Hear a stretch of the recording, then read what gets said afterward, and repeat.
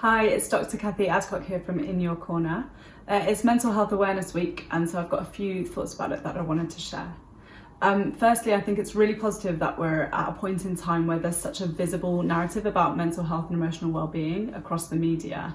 I've been in the NHS for 15 years, and over that time there's definitely been a change in the narrative and in the visibility of the narrative that I think is really positive. I think some things I've particularly valued about that have been the beginning to acknowledge and recognise the voices of people with lived experience of mental health difficulties.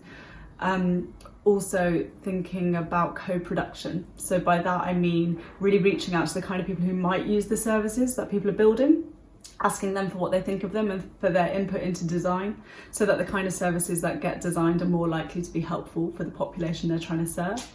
And finally, I think the idea of kind of taking therapy out of the clinic and trying to reach young people where they're at is probably the idea that I hold closest to my heart. And so trying to think about how emotional wellbeing needs can't just be met within like a child and adolescent mental health service, but actually if you can embed things in a way that's acceptable, local and accessible to young people, then that might be able to help their emotional well-being too. And I guess that's an idea we hold very dear to our hearts at In Your Corner, where we're going to the boxing gym or to other community venues where we're meeting young people locally and trying to take well-being intervention to them rather than expecting them to come to us.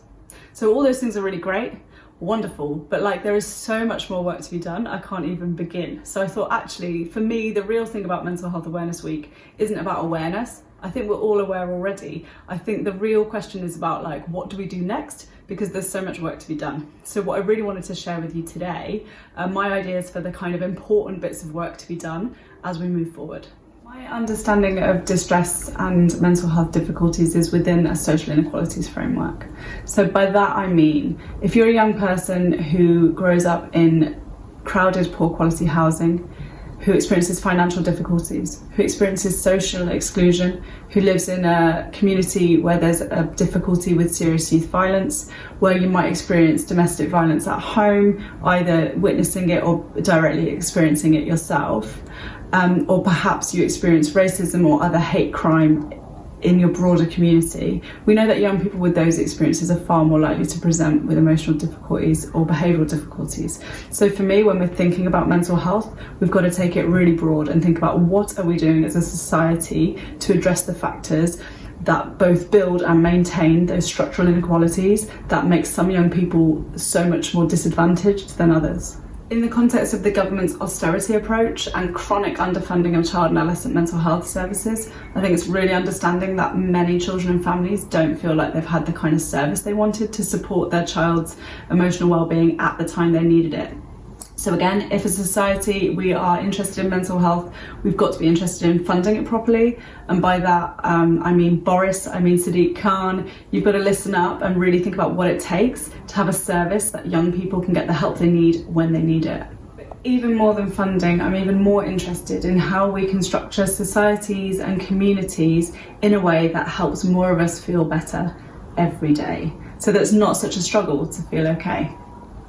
For me, one of the really important things is to have kind of structures and activities that facilitate connection.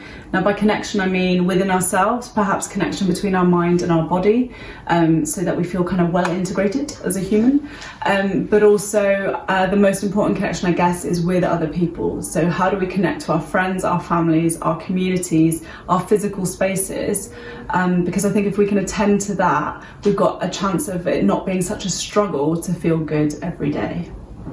Connection is where emotional well-being begins. And finally, you cannot be what you cannot see. Child and adolescent mental health has a terrible reputation for having a workforce that all look and act the same.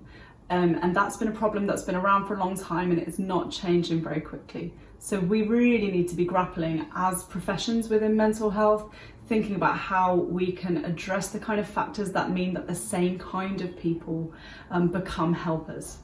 What I really want to see in the future is a really diverse workforce, so that young people from a range of backgrounds, a range of ethnicities, sexualities, whether they're able-bodied or not, gender identities, class, all those things are represented, so that when young people look for someone who they think might be helpful to them, they can see someone where they think, yeah, you look okay, I'm willing to give this a try.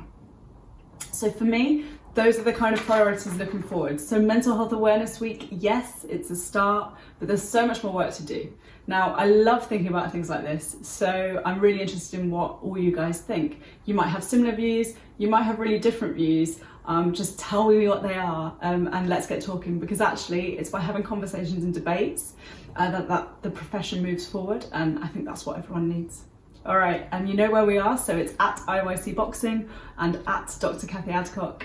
Reach out and let me know what you think. Bye.